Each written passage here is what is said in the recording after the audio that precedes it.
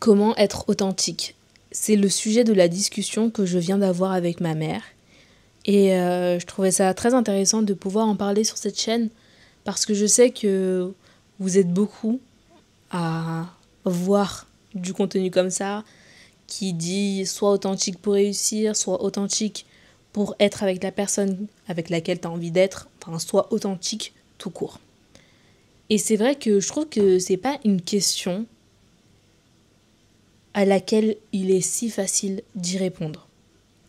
Que je fasse une mini introduction, parce que je pense que je ferai une vidéo un peu plus longue la prochaine fois sur ce sujet-là.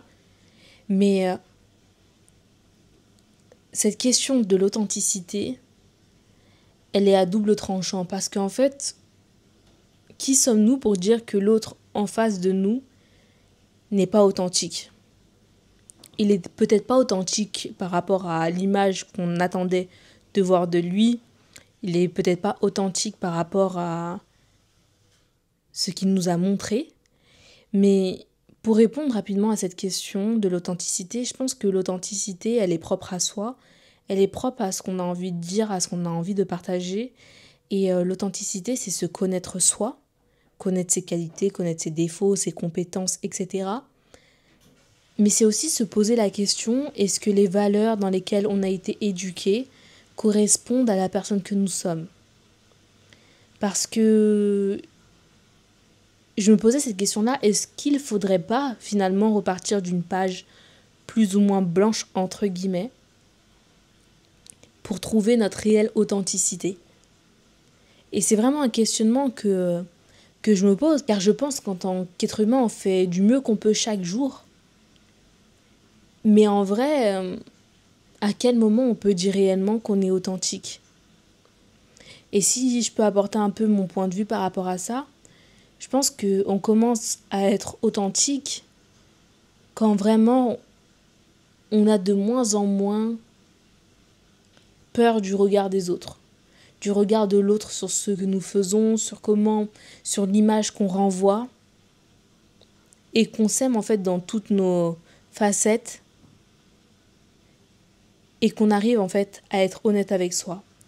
Et je pense que pour être authentique réellement, faut d'abord être honnête avec soi, faut d'abord savoir qui nous sommes, mais aussi savoir ce qui ne nous appartient pas.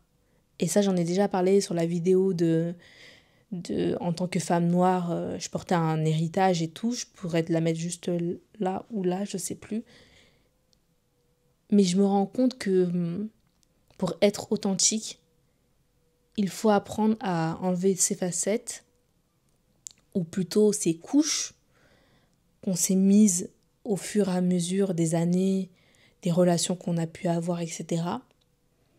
Pour vraiment trouver le vrai nous, celui qui est pur. Et quand je parle de pur, ça veut dire c'est pas celui qui agit en fonction de ce que les gens attendent de lui-même, mais plutôt ce qu'on attend de soi-même, quoi. En tout cas, voilà, j'avais envie de faire une petite introduction. N'hésitez pas à me dire en commentaire ce que vous en pensez pour que j'en fasse déjà une deuxième partie, parce que là, c'était vraiment un truc hyper rapide, sorti d'une conversation de 30 minutes, je crois. Mais j'aimerais vraiment avoir votre point de vue, parce que c'est vraiment une question que je me pose au quotidien. C'est comment être authentique? Et est-ce que, en vrai, le fait de chercher à être authentique, ça ne nous éloigne pas finalement d'être authentique? La meuf est partie dans une espèce de débat philosophique. Mais en tout cas, je vous attends en commentaire. Et d'ici là, prends soin de toi et on se retrouve même place, même endroit. Peace.